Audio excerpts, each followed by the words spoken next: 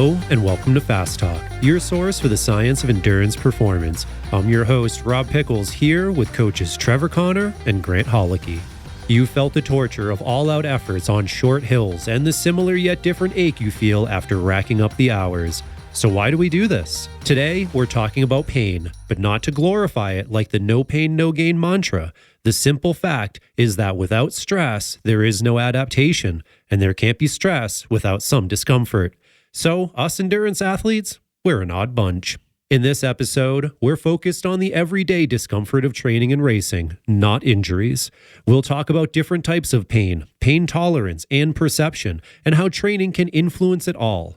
No, we can't just make your pain go away, but we can make it a bit more manageable. Dr. Scott Frey, who was previously discussing the mind-body connection with us, is making his return to our show.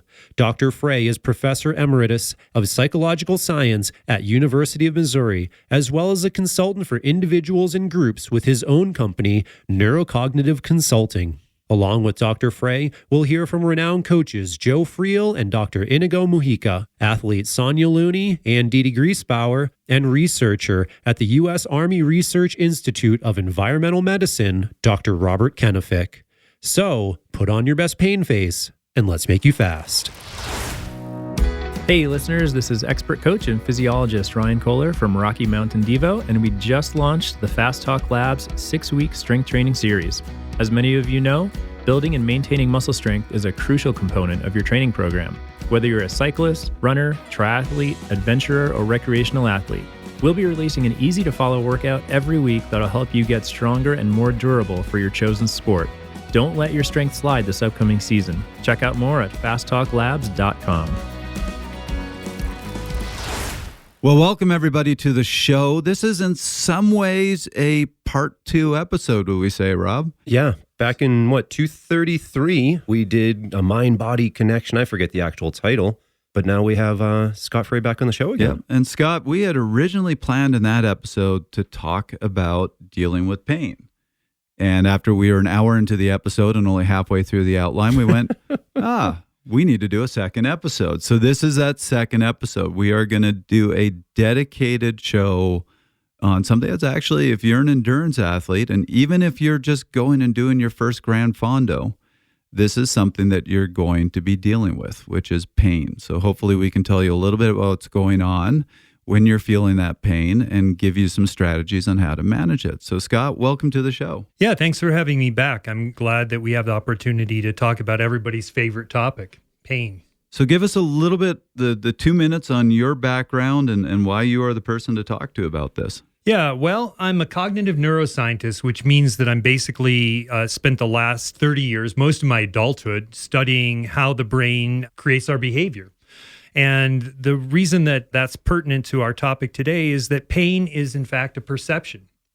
You might think that pain is coming at you from the outside world and so forth, but in fact, pain is a creation of your brain, like all of our perceptions. And I suppose we're going to get into that. And I think that fact is actually really important and actionable information for athletes who are having to deal with effort-related pain in order to get the most out of themselves.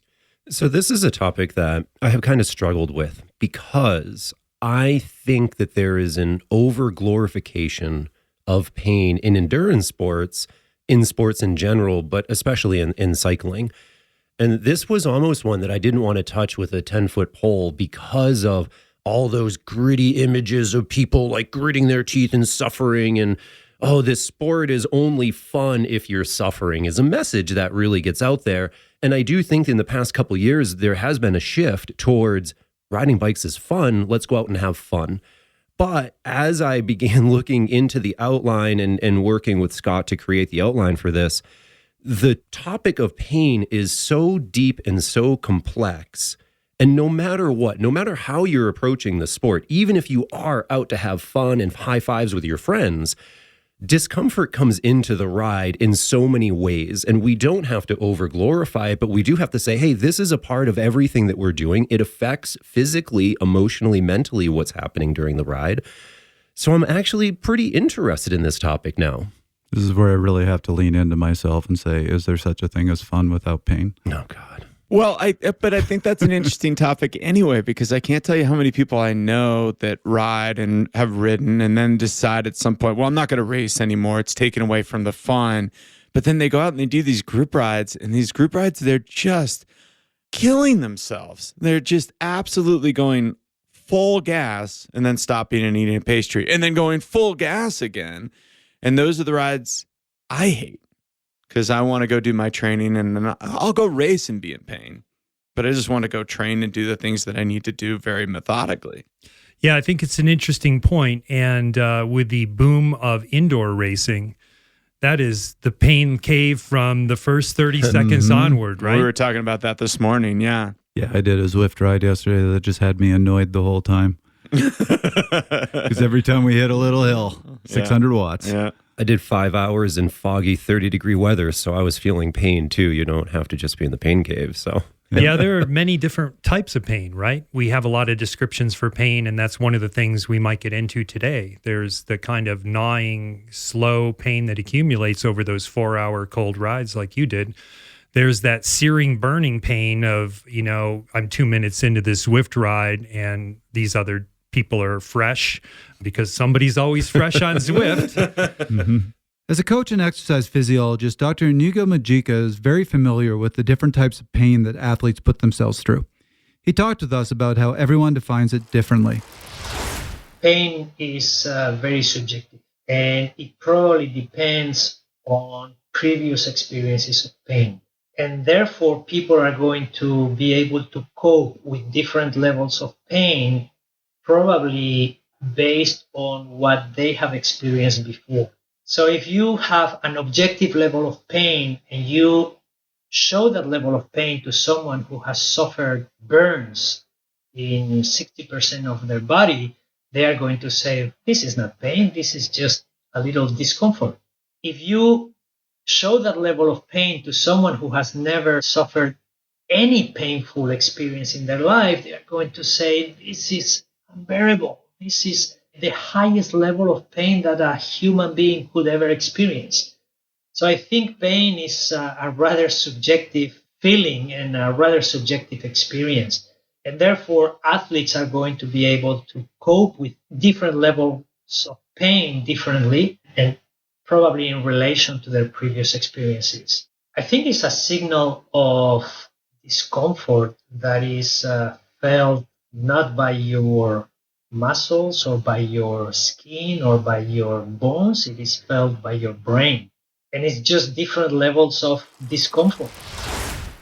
So that's kind of a good segue. I think there's 3 terms that we need to define here because we're probably going to talk about them a lot. One is pain threshold. Another one is pain tolerance. And the third one is pain severity. So Scott, do you want to give us the quick definition of each? Yeah. So from the perspective of someone working in my field, pain threshold is the point where a sensory experience that you're having, let's take cold, for example. A lot of the studies we do in the lab, we might expose people to cold. They stick their arm in a bucket of ice water, for example. How long can they hold that arm in there? Right? It would be the kind of test. And there's a point at which your arm goes from being cold to being painful. And physiologically, that's a really important threshold because the sensory receptors that are being stimulated in your hands, say, are changing at that point. They're changing from the normal thermal receptors that let you tell, this is a warm cup of coffee or a cold glass of beer or whatever it is, to nociceptors, which are specialized neurons that sense pain. And they also have this anticipatory quality to them, which will be important for our discussion later, I think. Pain intensity is an entirely subjective rating that somebody would give you. We don't have a blood test for pain. We don't have a brain scan for pain. There's no objective way to evaluate somebody's pain. The tool that we have is the same one you get in the doctor's office when you go in with an injury, right? The little smiley to sad to frowning to desperate faces. That's it. That's the state of the art in measuring pain intensity. And then pain tolerance. Yeah, pain tolerance is an interesting one. And it's something that athletes, particularly endurance athletes, and interestingly, not so much strength athletes, at least according to the literature, have an elevation of. We have better pain tolerance, but we still have the same level of perception of pain intensity. So going back to that example of putting your arm in water, pain tolerance is how long you can hold it in there before you just say enough. That's right. And people very gingerly reach that point and yank their arm out of the water. And we can time how long that takes. Pretty simple test, but pretty effective. Scott, something you said earlier really resonated with me, and that is that pain is about perception. Can you dive into that a little bit deeper for me? Yeah, and I think it relates to the point we're just discussing about pain intensity, right? You and I can be exposed to the exact same sensory stimulus, that cold water. I'll keep coming back to that because it's easy to discuss. We can get our digital thermometer, we can measure how cold that water is. We can time exactly how long you can tolerate holding your hand in there.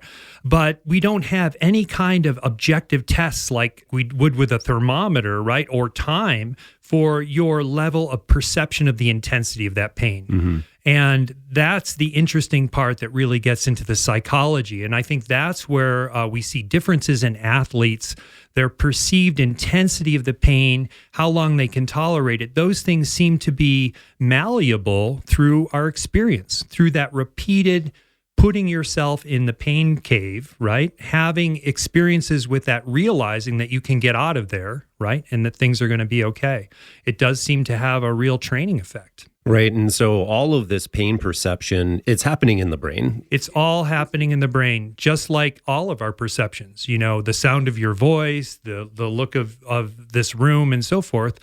Those are all being created in our brain. Mm-hmm. It's a hard thing to think about because the one thing we never doubt is our conscious experience, right? Yeah, no, it certainly is. And I cut my finger. There's pain associated with that, right? And that's a perception that happens in my mind. But it's just sort of interesting to think about how the injury to my finger is not necessarily, say, directly affecting or directly causing. There are so many systems that are interacting between my finger and my brain. Each one of those is able to modify that perception that I'm having. And it makes me think back in preparing for this.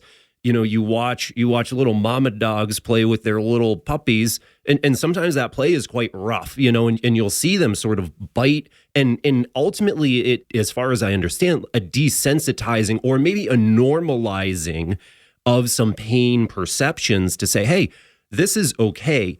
Do we see that culturally? Do we see that throughout our lives? More, and I'm thinking broader than just an athlete, but... Yeah. For pain perception, context is absolutely everything.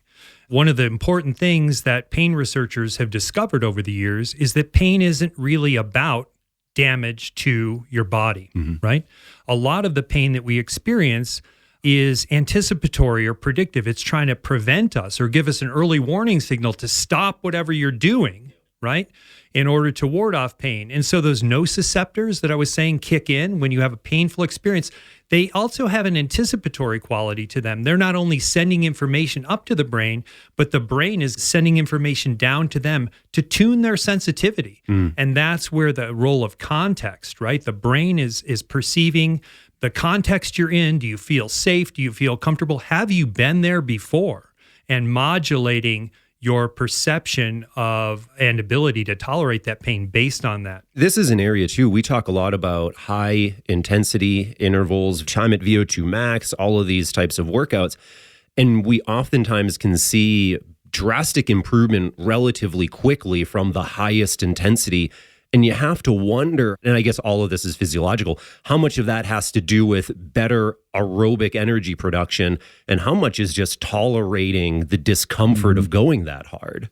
Yeah, well, I would say that a lot of the improvements that we see, especially rapid improvements, probably have a lot to do with our getting comfortable and not catastrophizing that high level of discomfort that comes with something like Trevor's favorite 5x5 minute intervals. They're miserable, but we can learn that we're actually going to be okay. We can create that mental context of safety and derive a bit of comfort and ease being in that place with practice. I think that's an important part of what training does for us. I think this is really important, particularly to athletes that are relatively new to training, because as you said, the pain is anticipatory, so it's trying to prevent you from doing damage. If your body is unfamiliar with the sort of work that you're doing, or you'll say you're jumping into your first race, it's going to be overprotective because it doesn't know how much it can handle. And this is something that you see a lot of athletes talk about as they hit higher and higher levels, that the sort of pain that they used to not be able to tolerate now becomes very tolerable, and they're actually able to push much, much harder as the body learns, yeah, I can actually cross this line and not do any damage. So I've talked to athletes about that a lot, is that you learn there is a line, and initially you can't cross it. Eventually you learn, yeah, it's actually fairly easy to cross this line and there isn't a lot of damage. Then the second thing you learn is there's another line, and that's the line. If you cross that, you are doing damage. Yeah, and I think that's a very important point to make clear right at the outset. This conversation, as we've kind of set it up, is about the pain that accompanies effort. It's not about the pain of an injury. Right. And it's really critical that athletes be able to differentiate those two things, because the pain that accompanies effort stops when you stop. The pain that accompanies injury tends not to. And we have to be really tuned into that in order to avoid damaging ourselves. My big observation with so much of this stuff, we're talking about perception, and we're talking about how different people perceive pain in different ways. We perceive our own pain differently in different times and in different moments. You note that, you could break an ankle. If I break an ankle when I'm hanging out with my kids, I'm going to experience more pain than I did when I broke my ankle playing soccer and continued to play on it for another 30 minutes. Or breaking my collarbone right before I had to pick up my kid from daycare is different than how I broke my collarbone when I was in a mid-race and I kept racing. Right? Those individual perceptions are going to be very different. Yeah, and for anybody who's interested, we actually have a really good article, fairly new article on the website called "What's the Difference Between Good Pain and Bad Pain?" written by Carol Passarelli. We'll put the link to this in the show notes. But this is one from a physical therapist who's talking about this difference between this is injury pain, don't push through it, versus this is training pain, and it's a good thing. Yeah, and I think Grant's point is really important. Again, it's a good opportunity to reiterate one of the major themes here, which is that pain is not necessarily about tissue damage. Your perception of pain, the intensity of the pain that you're experiencing, is really about a lot of psychological factors. The context you're in. You've hurt before in soccer games. You've probably not hurt in the same way playing with your kids when you busted your ankle. There's a great, often referenced medical study that was published, and it was about a construction worker who, at the end of the day, jumped off the platform that he was working on, landed on a big spike. It went right through his boot, writhing in pain, rolling on the ground. They take him to the emergency room, and anytime they try to touch the boot, the guy's screaming. They dose him up with the best pain narcotics they have, and they carefully cut the boot off. And what they find is the nail passed right between his toes. There was no damage whatsoever. And yet, I would argue his pain was very, very real. It was very real. Yeah. We don't need tissue damage to experience pain. And sometimes we can have profound amounts of tissue damage and not experience pain. There have been amazing studies looking at people, for example, in the context of war, which is your soccer game might have been a little bit of an analogous situation, right? Any kind of physical activity, competitive, you're in a very different place. Well, war takes it, of course, to a very different level. But looking at the self-reported pain of injuries versus match control civilians who were experiencing the injuries outside the context and camaraderie of war, the individuals injured in war feel very much less pain in those instances. And that's been known for, probably the last 60 years that study was done. And let's take this to the opposite end of the spectrum. For example, I know a guy who is a paraplegic, and he was also a ski racer. So he raced in a sit ski and crashed his sit ski, unfortunately broke his leg, didn't know about it, pushed himself back up, continued the run, raced the rest of the day, and then later had this general feeling of not being well, a malaise, a fatigue, didn't quite understand what was going on. Turned out, ended up at the doctor at the hospital. Lo and behold, his femur's broken, had absolutely no clue whatsoever. And I know that we all dream about never feeling how good would it be if you never felt pain, but I suspect that's not a good thing. Pain's your friend. There's a very rare condition, genetic condition, where kids are born congenitally with the inability to feel pain. And it's a really difficult life for them. Lots of injuries and so forth. And most of them don't live past their 30s. Yes, that's right. Pain's your friend. Pain is there to really give you information to help you to avoid situations in which you're going to damage yourself. And that's another theme that I think we want to really emphasize. Pain has this predictive and protective element to it. It's not simply about tissue damage. So I just want to quickly go back to something that we touched on a little bit before, that there's multiple elements that play into pain. And they're all real elements. So we talked about the pain sensors, or the nociceptors. I can never pronounce that. Perfect. And those are very real. They're designed to pick up on pain signals.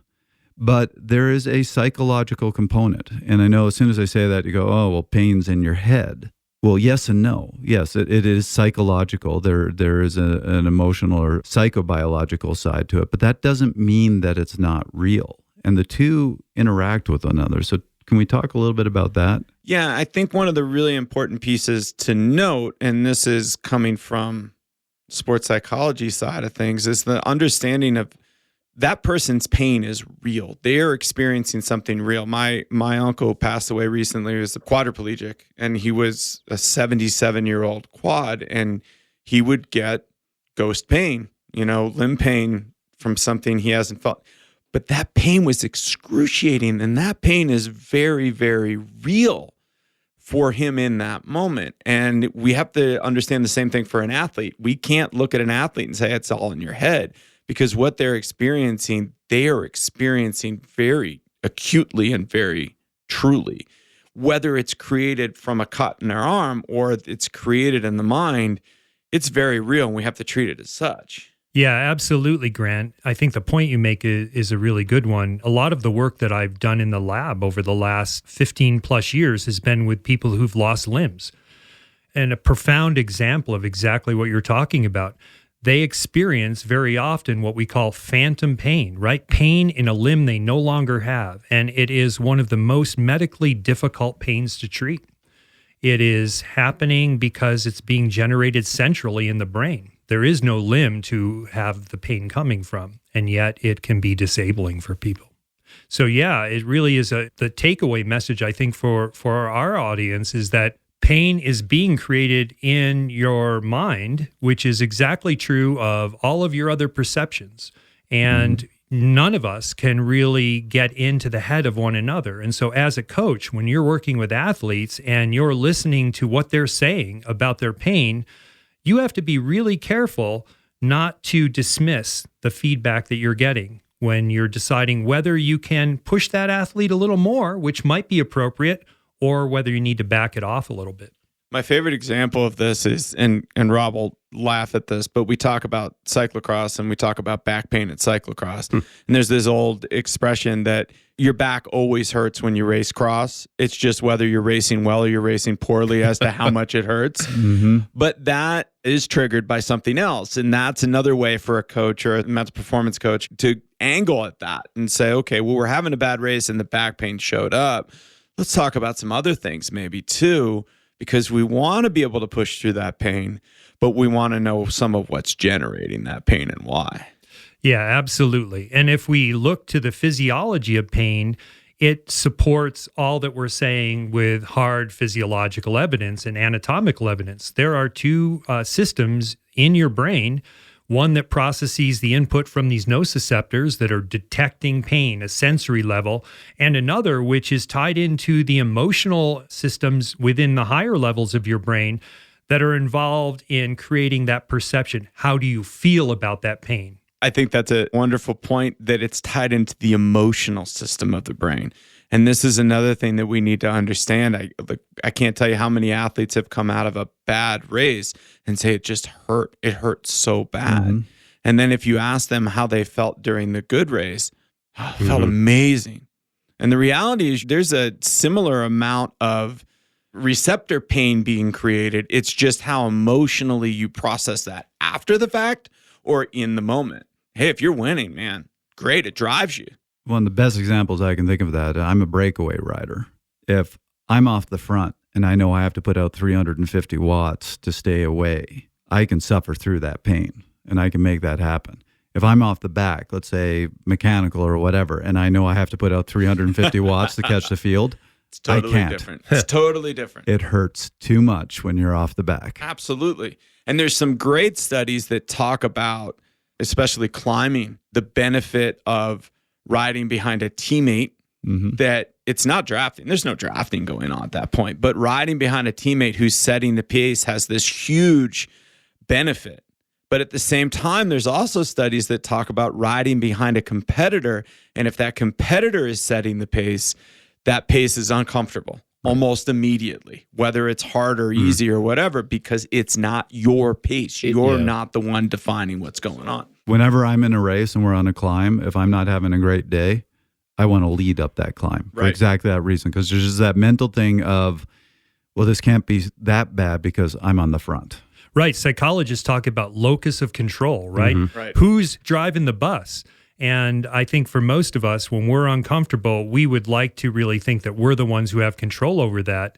Cycling is kind of unique in the sense that we benefit so much from the draft that staying on someone's wheel who's really trying to get rid of us, competing against us, is really advantageous.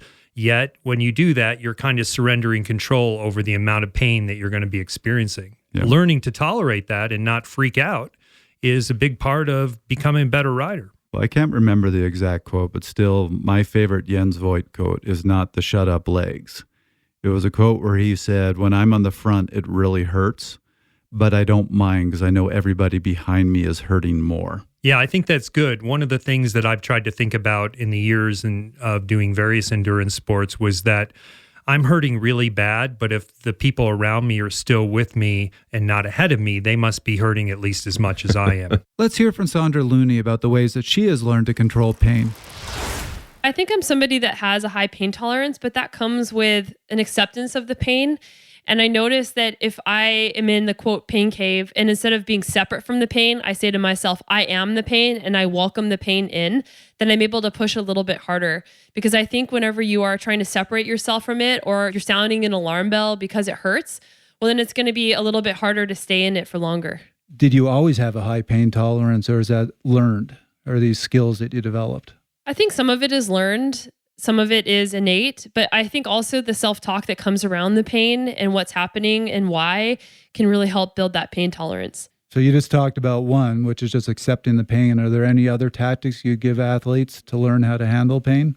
Using self-talk in the third person or using your name can be really effective. So saying, you got this, or keep going, Trevor. Using that motivational type of self-talk using your name can really help you push through that painful period. Let's keep this conversation going with the pain and the athletic performance side, because as we're talking about the things that we're feeling, the pain sensations, our perceptions of it, that is going into regulating our performance when we're on the road or on the trail, wherever we are. Yeah, absolutely. It's a kind of a governor on our performance to some degree. I had a friend who was a very high-level swimmer, and I remember talking to him as I was trying to improve my swimming some decades ago. Does it get to the point where you feel less pain? And he said, no, you just go faster. Yeah. Yep. You just become okay with the pain. Yeah. On this performance side, something I found very interesting. So you sent us several studies to look at. One was pain processing in elite and high-level athletes compared to non-athletes. And the other one was athletes' inclination to play through pain, a coping perspective. And both of them had one thing in common. One talked about fear of pain. The other one talked about, and let's see if I can pronounce this, catastrophizing pain. And both basically said if you have a higher fear of pain or if you see it as catastrophic, your ability to tolerate pain goes down and your experience of pain becomes worse, which I found really interesting. That goes back to the psychological side. Yeah, I mean, think about that person who was having the perception that that big steel spike was through their toes, right? Mm-hmm. They were catastrophizing like crazy and writhing in pain as a result of that. And this is where we have to approach those things way before the event starts in that person's perception and what they think that event is going to be about. I've found in a lot of the work that I've done with athletes that when we're very results-based, when we're very much about what that result is going to be, any amount of pain that creeps in, we start worrying about that result. That's when we start getting to that place of like, oh no, I feel pain, we're in trouble. Whereas if it's process-based and the goal is to go in there and to do this race plan or perform this way, we're almost assuming the pain is going to be part of that performance. Mm-hmm. A lot of times when we look at it and say, I'm going to go win this, it's going to be no problem. That's the most dangerous thing an athlete can say. Then that pain creeps in because you're going to feel it. You're going hard. And as we mentioned before, your body's screaming, whoa, man, don't do this. You keep going down this road, we're going to be in trouble. And Grant, I think that you bringing up this process needs to be occurring before it matters for the actual performance, because a lot of what I'm hearing, right? Pain is in the mind. Pain can be affected by what we're used to and what we've become accustomed to. We ultimately have some control, I'm sure, not all control, over how we're perceiving, how we're judging the pain, the value that we're placing on it. But we can't expect an athlete to make this leap, to have this revelation in the middle of battle, so to say. And that's where, as a coach in general, or as a mental performance coach, to be working toward these changes for months, weeks ahead of time, so that hopefully the thinking is in place prior to when it matters on that final climb, then that's how we set people up for success. Well, and I think that, I have a friend who will say pain is a choice. And they've said to me, well, it is, isn't it? And I'm like, it depends, right? Like, when are you making that choice? In the throes of an event, you're not making that choice. Yeah, pain is not optional if we're going to get the most out of ourselves. It's the reality. In fact, if I was out racing and I wasn't feeling pain, I'd be a little nervous that something was amiss, because I fully expect that that's going to be part of it. And I think that realization for athletes is part of what provides that little bit of jitters on the starting line, or a lot of jitters. Yeah. So what I find really interesting is, I think something that you can train is that fear of pain. And so I think this is where cycling's a really great example, because anybody who has raced knows those first few times you're in a peloton, it is scary. And what you are scared of is, at any moment I could bump wheels with somebody, I'm going to go down, a bunch of people are going to land on top of me, and this is really going to hurt. They did another study where they talked to top pros, again, cyclists, about this. How do you deal with this notion that you could end up in the hospital? You could get really hurt doing the sport you're doing because you're going really fast, particularly downhill. And they were, in the study, very surprised by the response of the pros. They were expecting them to say, no, I've really built my skills, so I don't think that's an issue anymore. All of them were just like, oh yeah, no, I'll end up in the hospital at some point. And they continue with that dialogue and said, are you okay with that? And they went, yeah, it's part of my sport. It's just going to happen. Every race I go into, that's a possibility. It's just what it is. And so what you're seeing is that, just I'd almost say to an unhealthy level, because I've experienced this myself, a complete lack of fear of pain. And when I was racing at my best, I noticed that. I look back at some of the things I did and just went, that was insane. And when I realized I couldn't compete with the pros anymore, it wasn't a loss of strength. It was, I was sitting there in the peloton going full speed and going, oh my God, what are we doing? I could get really hurt here. And I started feeling that fear, and I couldn't stay at the front of the peloton anymore. Well, that changed when I had kids.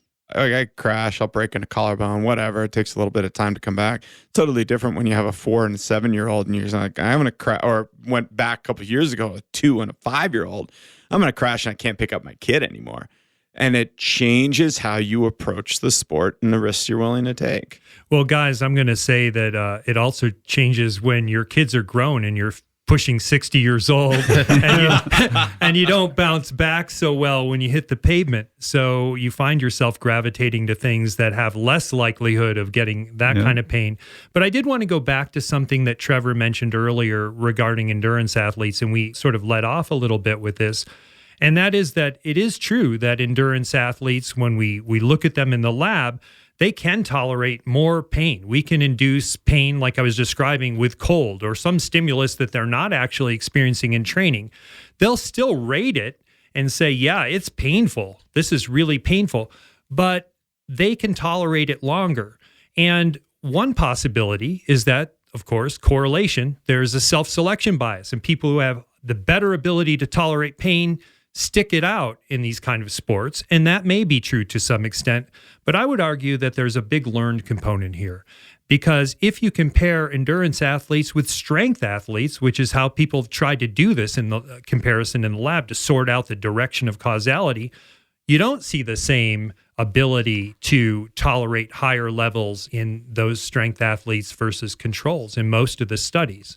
And so I do think that this constant dipping our toes into the discomfort zone, getting comfortable on the emotional side, right? Tapping into that more psychological side, appreciating this as a context where we're safe, we've been here before, your pack riding aside, is really the critical sauce here, the secret sauce that's allowing us as endurance athletes to get better and better at tolerating that. I think it's why it's so important as a coach or as an athlete to do intervals to get to that place. You're not just training the cardiovascular system in the legs to tolerate more lactate or clear it or do, all of those things or raising the threshold of what you can be at.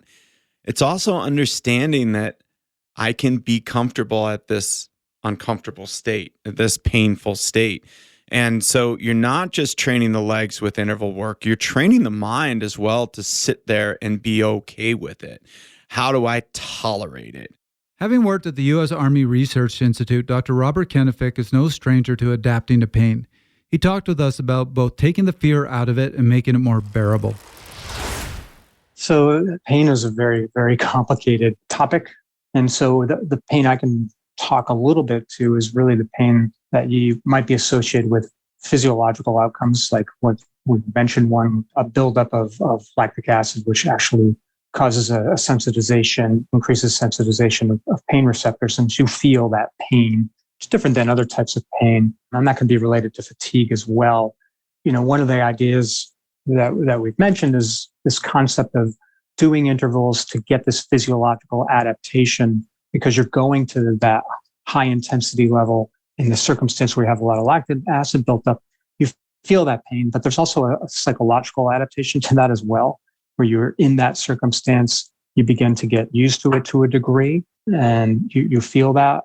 I can remember the times I was swimming in college and those intense workouts where I would be in that pain, you would get scared. Some rowing workouts, and I was doing CrossFit as well, because you're in that pain and it's fearful. It's a place where you haven't been, but the more and more you go there, the more and more, I don't want to say comfortable you are there, but you get there and you understand, like, okay, I've been here before.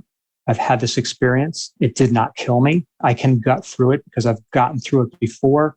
You kind of almost settle into it a little bit. Not to say that you get used to it or it becomes comfortable, but it just becomes more bearable, and it takes a lot of that fear component out of it, where you're thinking, well, I'm right on that edge of losing control, of being out of breath, and the pain is so bad. I feel like I can't move my limbs anymore, but then you can. So I think that's another very important aspect to pain and doing that kind of work. Hey listeners, it's Rob Pickles, co-host of Fast Talk. We have some exciting news to share. Fast Talk is now on Patreon. Patreon is a social platform that helps us keep creating the Fast Talk podcast you know and love.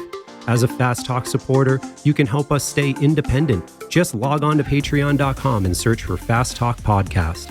Personally, I've really loved creating Fast Talk. Being able to share a little bit of myself with you every week has been a lot of fun, and I'm happy that I'm able to give back to a community that means so much to me. I'm inspired every day by your emails, comments, and feedback, and I'm constantly looking for ways to improve the podcast experience for our listeners. Honestly, we couldn't do any of this without all of you. So thank you for your support, and thanks for listening. We used to talk with our swimmers that the short distance was like being punched in the face. It hurts more, but it's short. Right? The middle distances were like kind of get put in a burlap sack and just beaten for a while. It's uncomfortable. It hurts. It's a little longer, but it doesn't hurt like you got punched in the face. And distance swimming was like somebody grabbing your hair and pulling it for 15 minutes. The pain's not excruciating, but you really want it to be over. Yeah. Right? And so there's different levels of pain. You've got to understand all of those things in a racing context, because you could do a 50K skate ski like you did the other day, and you're going to have moments where you're getting punched in the face. The majority of it might be like your hair's being pulled, But you're going to have those moments where it's really hard and you're begging for the downhill. And so understanding those and getting used to them is important. Yeah, I think in any kind of race situation, once we get beyond the races that take a few minutes, there are going to be these fluctuations in time. And like you mentioned, I was in a long Nordic race the other day. Those hills are really intense, and that's where the race gets sorted out. It's like a bike race in that sense, and you want to stay with your competition, and that's like getting punched in the face. And then you've got to get your wits about you and be in for the long, grinding, gnawing pain that comes with doing 50 kilometers or whatever kind of distance you're doing in an endurance event. Yeah, I found it really fascinating in that study that you sent that looked at this, where they took endurance athletes, soccer players, and non-athletes and compared them on these different metrics of pain. And what you saw was the athletes definitely had a higher pain tolerance than the non-athletes. They also had a lower perception of pain severity than the non-athletes. But when you got to that pain tolerance, that ability to just handle the pain, what you saw was the endurance athletes had a much higher pain tolerance. Soccer players didn't have a higher pain tolerance than the non-athletes. They also mentioned that study, as you're bringing up, soccer is kind of an in-between sport. If you take a pure strength sport, what you tend to see is they have a higher threshold for pain, but they don't have the endurance. Yeah, we're practicing pain tolerance all the time. It's a big part of what our training is. And that's why I think it's so important that when we're thinking about what's coming about when we're doing that 20% of our training intensity work, or even those long distance rides, which do, as Rob was pointing out at the beginning, have a certain element of discomfort associated with them. That is an important part of our training. We're not just training our mitochondria. We're not just training our ability to tolerate lactate and process it. We're training the psychological machinery as well and the physiology that underlies that. We've spent a lot of time on the psychological side of things, and the conversation that we've had has really shown me a lot that I had never really considered before. But I do want to shift gears to the sensory side, right? And I'm aware of a couple studies where in athletes, endurance athletes, cyclists, they blocked the sensory feedback from the muscles, right? And so I'll describe one, but Scott, I'm sure there's maybe more that back this up. There was one where cyclists were given a fentanyl block, kind of the same thing you do when you get a spinal and a lady is giving birth. And what happens there is the sensory feedback from the muscles to the brain is essentially cut off. The brain can still tell the legs to work. So there's no change in strength for these athletes, but the legs are no longer telling the brain how they're feeling. And at first you say, wow, that's got to be incredible for performance. And I know when I went into reading this study, I was like, these fentanyl block people are going to crush it. And that's not necessarily the case. Because what we see is the athletes who receive, or when athletes receive the fentanyl block, they go out of the gate like gangbusters. They are going so hard. They think that they feel great, but guess what happens? The body says, uh-oh, I can't actually do this. All the other downstream physiological processes start to break down, and ultimately performance is not better than when you could feel pain, when you were getting the appropriate sensory feedback. Yeah, that's a great study, and one of the few that's really tried to get at this central issue that people working in this space are trying to disentangle. What slows us down? Is it effort, right? And some kind of governor on that? We talked about the central governor concepts and so forth. Or is it pain? And it's very difficult to disambiguate those two things. I can bring you in the lab and inflict various kinds of pain on you, right? And we can always wonder about the psychological profile of people who volunteer for pain studies. We can or those that give them. Or, well, there is, yeah. That's an incisive comment. Yeah, so we can bring you in the lab and have pain without effort, but it's extremely difficult to study effort without pain. That study you mentioned is one of the few that pulled it off, and we discovered that, in fact, pain was it's not only there to protect us, but it's also to help regulate effort. It's your friend. You need to start looking at it like a positive form of feedback. And I mean that in all seriousness. Well, we always talk on the show about the importance of pacing. learning what is the right pace, whether you're going up a 5-minute climb or a 1-hour climb. The pacing is going to be very different. And ultimately, a big part of the signaling that you're listening to is pain. Well, I think you guys talked about this the last time you were here, that pain of the first step of a marathon versus the pain of a first step of an 800-meter run, like what those things feel like and the pacing that immediately goes into that, because your brain has adjusted all of those things all of the time. And I've said this before, and I'm a big believer in one of the things that we're not teaching youth athletes is getting comfortable with being uncomfortable. You don't have to be in pain. You just have, exercise is uncomfortable. And I think some of the team sports, football, soccer, I played those sports, and you can get away with the vast majority of the time not really being uncomfortable. You get to recover from the efforts over and over and over again. Endurance sports put you in that place. And frankly, if you're going to stay fit as you get older, stay thin as you get older, that's the kind of exercise you're going to have to do, is just keep going. Just keep moving. And it doesn't have to be hard all the time. It can be walking. But if you walk long enough, it's going to start to get uncomfortable at the end. And that's one of those things that I think athletes really need to come to terms with. I used to say to athletes, how you feel doesn't matter. And in some contexts, that's incredibly true. You can still be fast when you don't feel your best. But being in tune with how you feel is crucial to understand what you need to do for your training, and understand what you need to do for your pacing, and understand what you need to do to not hurt yourself. Let's hear from Coach Joe Frey and his thoughts on how to build up our tolerance to discomfort.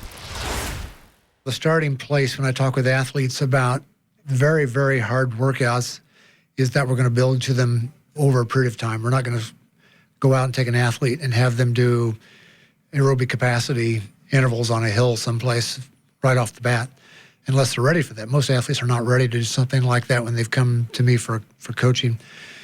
What they've done is they've been doing more than likely lots of random stuff, and they occasionally touch on pain. I don't really like the word pain used in this context. I like discomfort more likely. It's what I'll use with the athlete. Pain sounds like something you would happen to you when you go to your dentist, and somehow it's got a negative connotation to me. So I try to avoid that word and use just discomfort is what you're going to experience. And of course, what I want them to do is to start classifying this level of discomfort they experience when they do certain types of workouts. So for example, let's say at some point we build up gradually to the point where the athlete is doing these hill intervals, aerobic capacity hill intervals at 120% of their functional threshold power on a steep hill. And they're holding this effort for 2 to 3 minutes, which is very, very, if you will, painful. That's very, very difficult to do, especially knowing you're only going to recover for a couple of minutes afterwards, and you go right back and do another one on top of that. And so what I want the athlete to do is when they're doing this is to start putting RPE numbers, rating and perceived exertion numbers on this instead of just a power number. So what I want them to do is to tell me, when you did these intervals, what was on the first one, what was your RPE? How did it feel? On a scale of 1 to 10, how hard was that for you? And they're more than likely going to see something like an 8. It wasn't really all that hard. They were well within themselves. If they could do an 8 for 2 minutes, even though they were at 120% of FTP, they're giving it a hard effort, but it hasn't gone to the point yet where it's really all that hard for them. They know they can do more. And so this happens over time, and as they progress through this workout, let's say we're going to do 8 of these or something along that line. What was the RPE on the second one, and the third one, and the fourth one? Because what happens is that RPE is related to duration. It's not just intensity, it's intensity plus duration. So for example, if I'm talking with an Ironman triathlete and I tell them I want them to do the bike portion of the race at 70% of their FTP, they're going to tell me that's too easy. But I'm going to tell them they're going to be out there for 5.5 to 6 hours, and guess what? The last hour and a half is going to be hard at the same intensity. So intensity is not just a number that is achieved in isolation from everything else. It's a number that's achieved in relation to duration. So if we're doing 8 2-minute intervals on a hill at aerobic capacity power output, if you start giving me the RPE on those, how it felt to you. And I want you to realize that knowing that I'm going to ask this when we talk about this workout at the end. How hard was the first one? How hard was the second one on a scale of 1 to 10? Start telling me that. Start thinking about that. So when you get done, you can record what these were like. Then we'll go back and talk about why they felt that way to you. What was going on? What were your power numbers related to the power outputs or the RPEs that you were experiencing? So we can start to see relationships between power output and RPE, and we'll even pull in heart rate. But for that type of workout, for a 2-minute interval, heart rate's not going to tell us very much. If we're doing 7, 8-minute intervals, different story. Now heart rate's going to tell us a lot more. So then I would pull in heart rate also. Tell me what your RPE was for this 8-minute interval, what your power was for this 8-minute interval, and what's your heart rate, or what your RPE, or which one I left out, but heart rate, RPE, and power were for each of these intervals. If you can do that for me, we start thinking about all these things in the context of what's happening, as opposed to, man, that workout was hard. It was a 8 on a 10 scale for the entire workout. I want to talk about it in pieces, just the individual pieces that were hard. How hard were they? So we can start having context that has to do with duration also.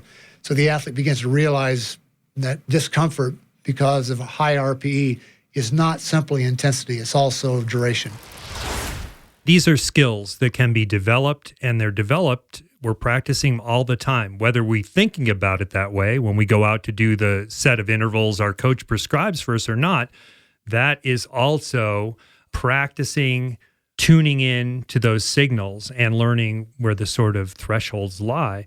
And I think it's really important for athletes to understand that training is not just about muscle physiology and cardiovascular fitness, that it is also involving this kind of neurological and psychological side, and it's equally important. I think before we shift gears here, one last important thing to mention in that study that you sent us was they did look at personality traits that correlate with ability to handle pain. And the one that they really found that correlated strongly was grit. Resilience. Mm-hmm. Yeah.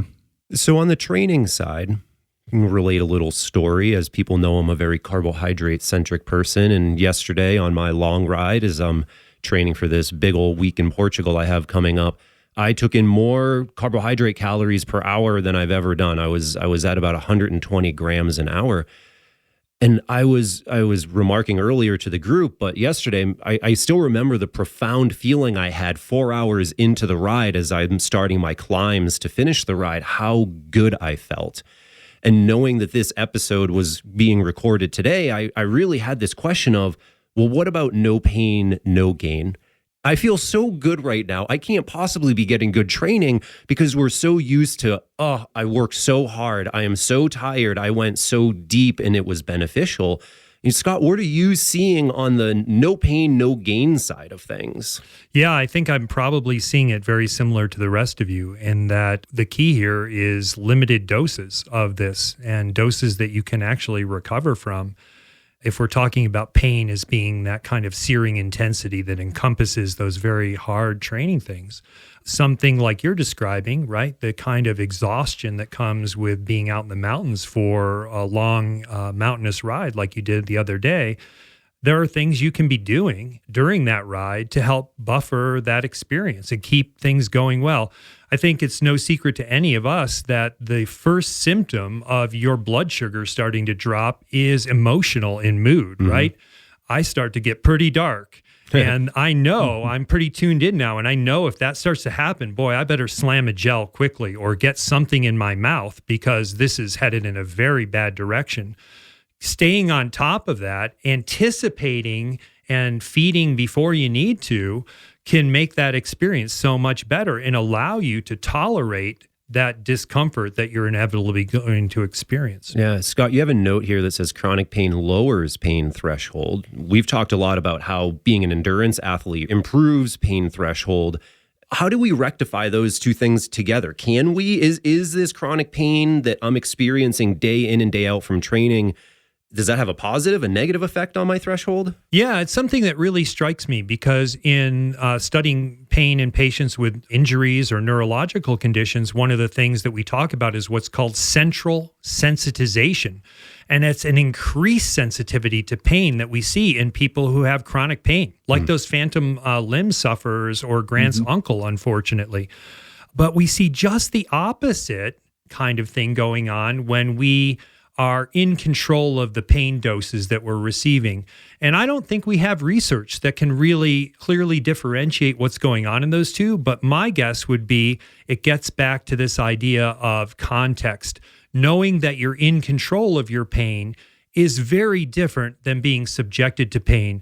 And I bet that there are athletes out there who can really go deep into the well and sit with that in their sport of choice, but probably also wince in pain when they have to go get their flu shot. Absolutely. And you're exactly right. The people who are chronically in pain, from my thing on that was you wake up and you know it's coming. You're dreading it. And that's something that we've kind of talked about, the catastrophizing of pain in a racing setting or worry about it. If you know it's coming, that dread really plays on. So that's something I can really talk to, because I suffer from migraines, and I will still say the most painful experiences I've ever had in my life are migraines. And when you get that first mild sense of pain, I am acutely aware of it because A, I can't control it, and B, it's always, is it just going to stay like this, or am I going to be on my couch writhing in pain? And you don't know, and you have no control over it. Very different situation than in a time trial, for example, where you know that eventually the finish line's coming up. And if you get to that place where it's just too much, you can dial it back a little bit and it'll go away immediately. Yeah, this is interesting. I'm thinking about the chronic pain lowering threshold, but the athletes, and bringing this back to the earlier part of our conversation where I believe, Trevor, you said when you're in pain and not feeling good, you want to go to the front of the race because what's the difference? Now you're in control. Right. And you know, Grant, as you were saying, it's the pain that you don't have control over. It's just there. That is the pain that potentially lowers somebody's threshold. But as an athlete, when you're able to inflict it on yourself, and we've talked about this before, I get the most nervous for Zwift racing, and I'm making this epiphany now because I'm not in control of that pain. No, you're quite the opposite. Exactly. I'm along for the ride. Yeah. It's somebody else, you know, and I can do really well if I am doing my own workout by myself. Then I think I feel like I'm in complete control. But what's probably important is to reframe my thinking so that I'm not going into the Zwift race thinking I'm at the whim of everyone else. I need to take some control, damn it. Yeah, and I think it also comes back though to the process piece of like this is part of the gig, right? And I talk about Zwift racing as such a great tool for my outdoor athletes. Going, if you don't care about where you finish, just go in there and just sit with it. Just find those places to be. I know I'm going to be uncomfortable. Just embrace it, dude. Don't worry about what the finish line is. There's somebody in there weighing 90 pounds. My air quotes aren't seen on the podcast. And they're putting out 400 watts, 600 watts. Like, you just got to kind of accept it. And I think coming back to the chronic pain thing, unfortunately for a lot of those people, there's no means to the end. They're not getting to the end. They don't have to tolerate this in order to get this. This is just part of it. And that is debilitating when you get into that place. Something I found really interesting in this other study, the athlete's inclination to play through pain, a coping perspective. They looked at the variety of different ways in which we can potentially cope with pain. And it was a huge list, right down from praying to just ignoring the pain. What I found fascinating in this is they found the one coping strategy that worked is the one that you would think, no, that can't work, which is just ignore the pain.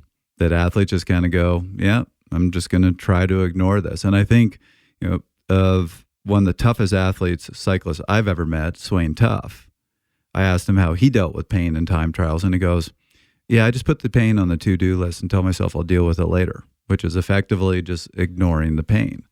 And I've learned to do something similar of kind of compartmentalizing the pain and saying, just telling myself that's a signal. It's just my body telling me something and it's useful information, but to try not let it be anything more than that.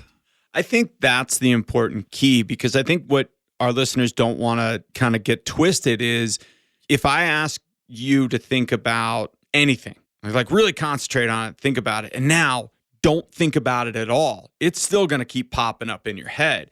And so that truly just ignore it is almost too flippant. It's ignore it because it's part of what we're doing. This is just something we're used to. This is just something that I have to accept. I think accepting might be maybe a more correct term in that it's all semantics, right? Whoever wrote the study decided on what that word was going to be. But I don't want people to just say, oh, I can just ignore it. You can't ignore it. It's going to keep popping back up. But how you choose to live with it is really important.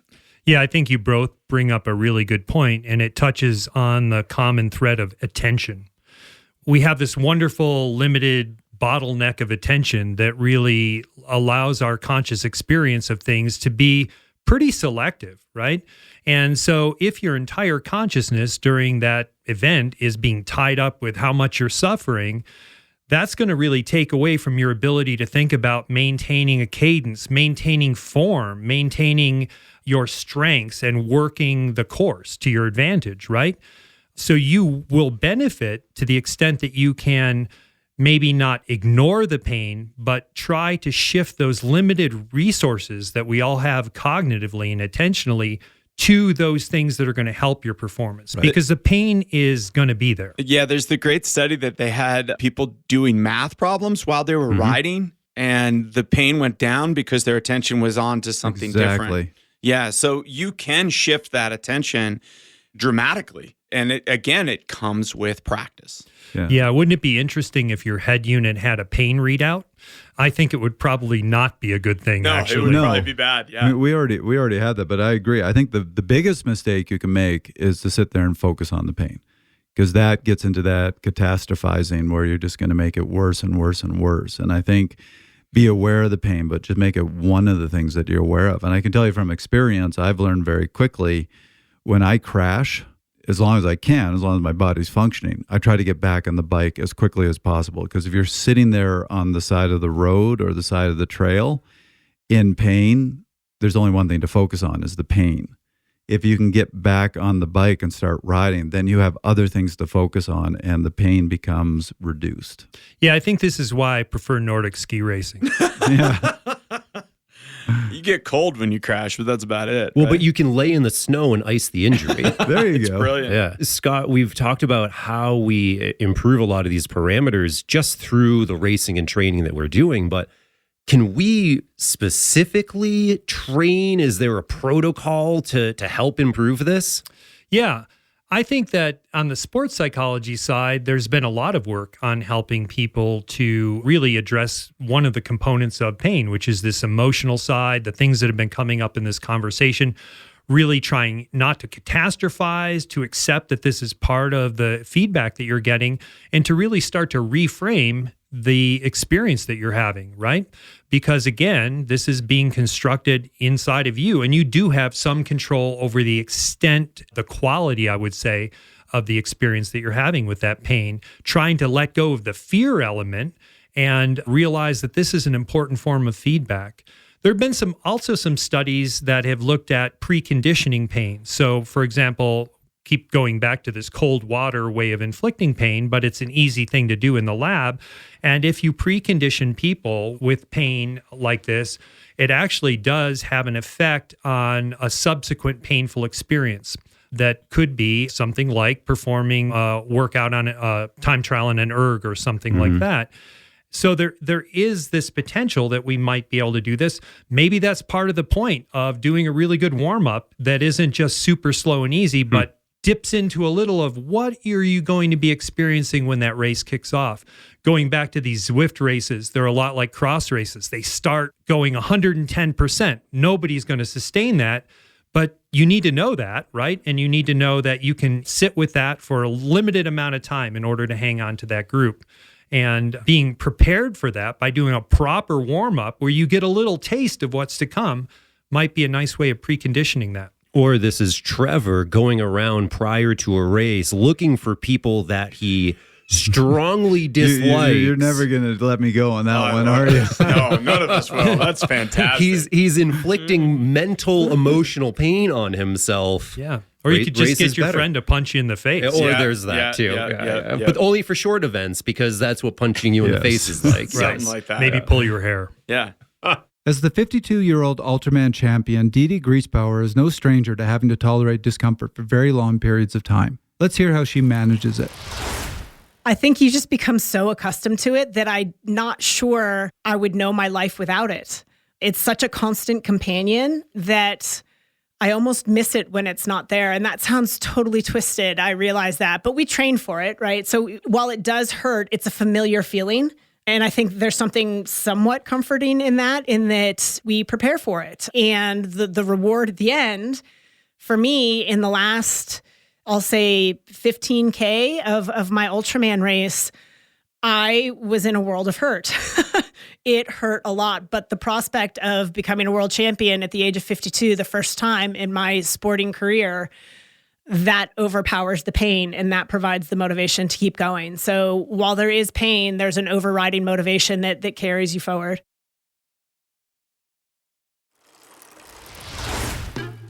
Hey listeners, this is Ryan Kohler, coach, physiologist, and owner of Rocky Mountain Devo.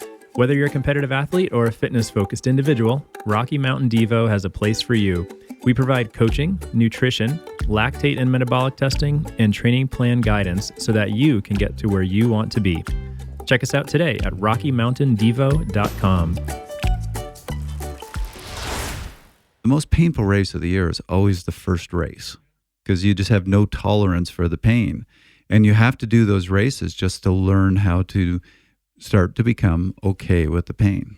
I also think there's a big unknown too. When you don't know what's coming, it gets into this fear. Mm-hmm. And that first race speaks to that too. It's that unknown. Like, I don't know this is what's coming. That's why I like to put intensity into people's training, even early season, to remind them of like, it's going to feel like this.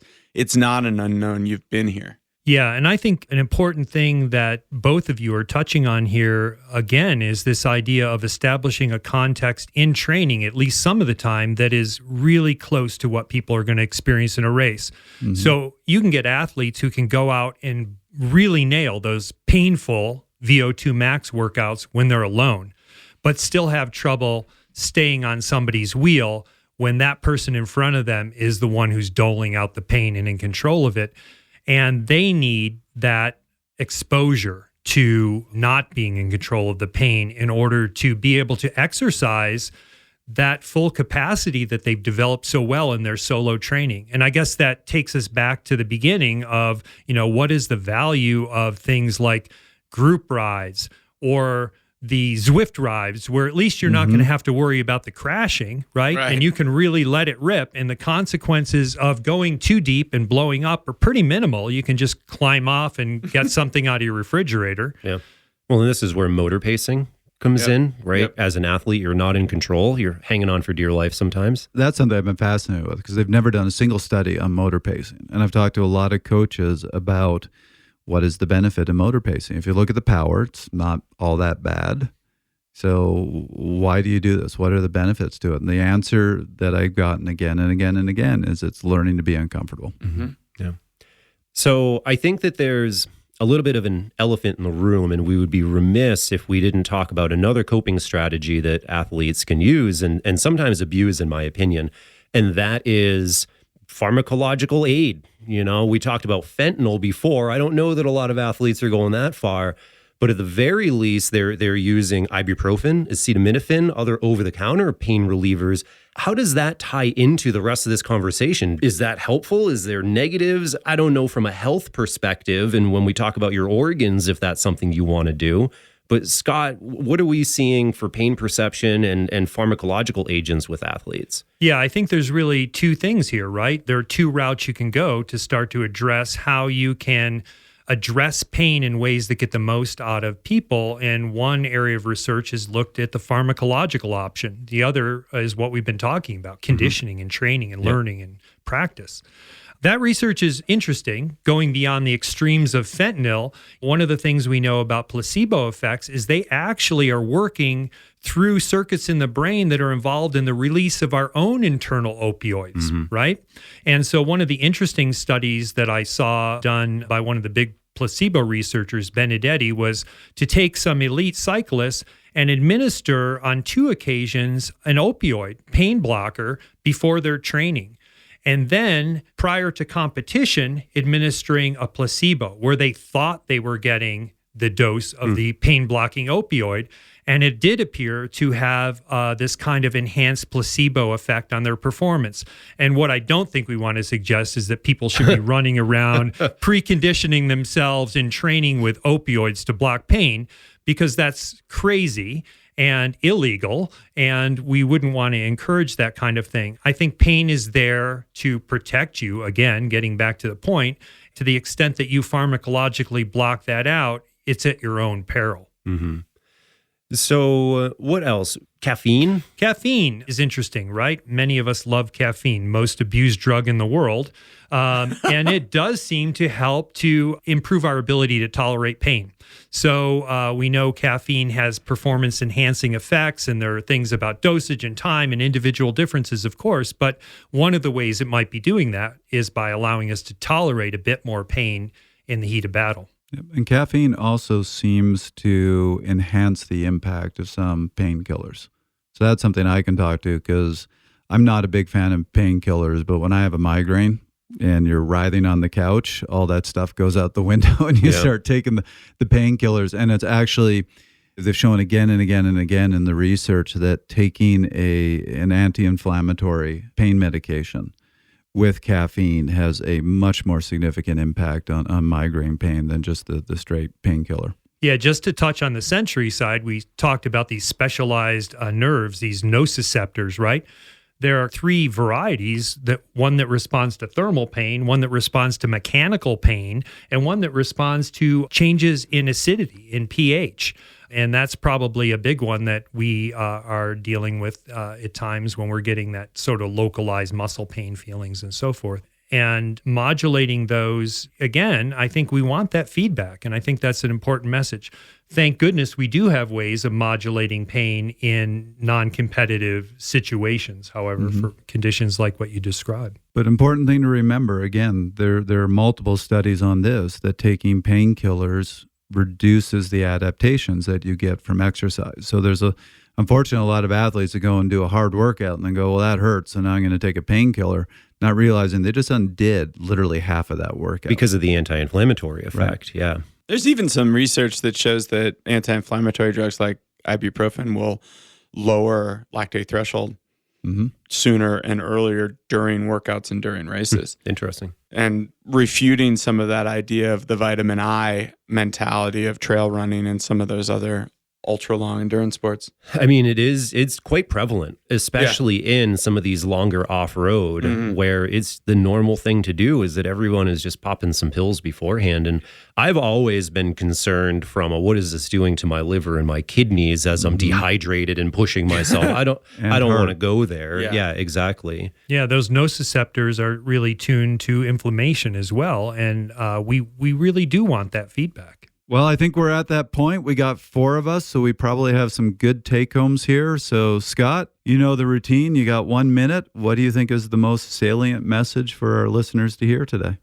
Yeah, I think the salient message is that pain is a perception. It's being created internally, and that as athletes, we need to learn how to experience that discomfort in ways that detract as little as possible from achieving our peak physical performance. And that the way to do that is to start to really reframe what that pain means. We have some degree of control over how we view that pain, whether we let it set us into a path of feeling that it's catastrophic and being fearful, or whether we embrace it as part of the process. And embracing it as part of the process and learning to work with it is going to be key to getting the most out of yourself. Great. Grant? I think the biggest thing for me is that we have to put ourselves in that place where we're experiencing the pain that we want to be able to race with when we're training. And really taking a look at the mental strength side of things in our sport and understanding that the pain is real and how we want to use that pain as part of the process instead of looking just solely at the result. Oh no, this is what I wanted to do. This pain is a negative. That pain can often be, and I think, Scott, you alluded to this earlier, that pain can almost tell us we're doing it right. You know, if I'm feeling that, that's good. I want to feel that. And my last piece of this is don't internalize everything. If you're in pain, you're not the only one. Get the ego out of this equation. As Frank Shorter said in the 72 marathon, they said, when did you know when to attack? He said, I felt awful. And when I felt the worst, I knew they felt bad, so I went for it. For me, pain should not be the point of what we're doing, but it is integral to what we're doing. And we need to understand our relationship. We need to prepare ourselves for that ahead of time. And we need to control as much as we can how we're perceiving pain. On the other side of it, with the sensory side of things, we don't necessarily want to be blocking that pain out. We don't want to be doing things that are removing the pain because it is very, very valuable feedback for our pacing, for how things are going. So while I don't necessarily prescribe to maybe a no pain, no gain sort of mentality, I do think it's important that we have some of that in our daily lives and in our athletic lives too. So I actually had kind of an aha moment when I read the research for this, where it talked about how endurance athletes have a higher tolerance for pain, but not necessarily a higher threshold. That was kind of an aha moment for me because I know I have a bit of a reputation as sometimes being a hard ass. And people have told me, oh, you have a real high threshold for pain. And my response is, no, I don't. As a matter of fact, I think I have a below average threshold for pain. I've just learned over the years how to tolerate it. And here's research showing that's kind of the case with endurance athletes. And I know this episode has been very focused on racers where you go through a lot of pain. But anybody who's doing any sort of endurance work, just going for a run, doing a long ride, there is a low level amount of pain. And I think the mindset that we need to have is not to try to get to that point where you don't feel any pain. I think what you need to get to is that point where you say, I feel the pain and I'm okay with it. That was another episode of Fast Talk. Subscribe to Fast Talk wherever you prefer to find your favorite podcasts. Be sure to leave us a rating and a review. The thoughts and opinions expressed on Fast Talk are those of the individual. As always, we love your feedback. Join the conversation at forums.fasttalklabs.com to discuss each and every episode. Become a member of Fast Talk Laboratories at fasttalklabs.com/join to become a part of our education and coaching community. If you like what we're doing and want to support us, go ahead and check out our Patreon page. Send us a little love. For Scott Frey, Grant Holicky, and Trevor Connor, I'm Rob Pickles. Thanks for listening.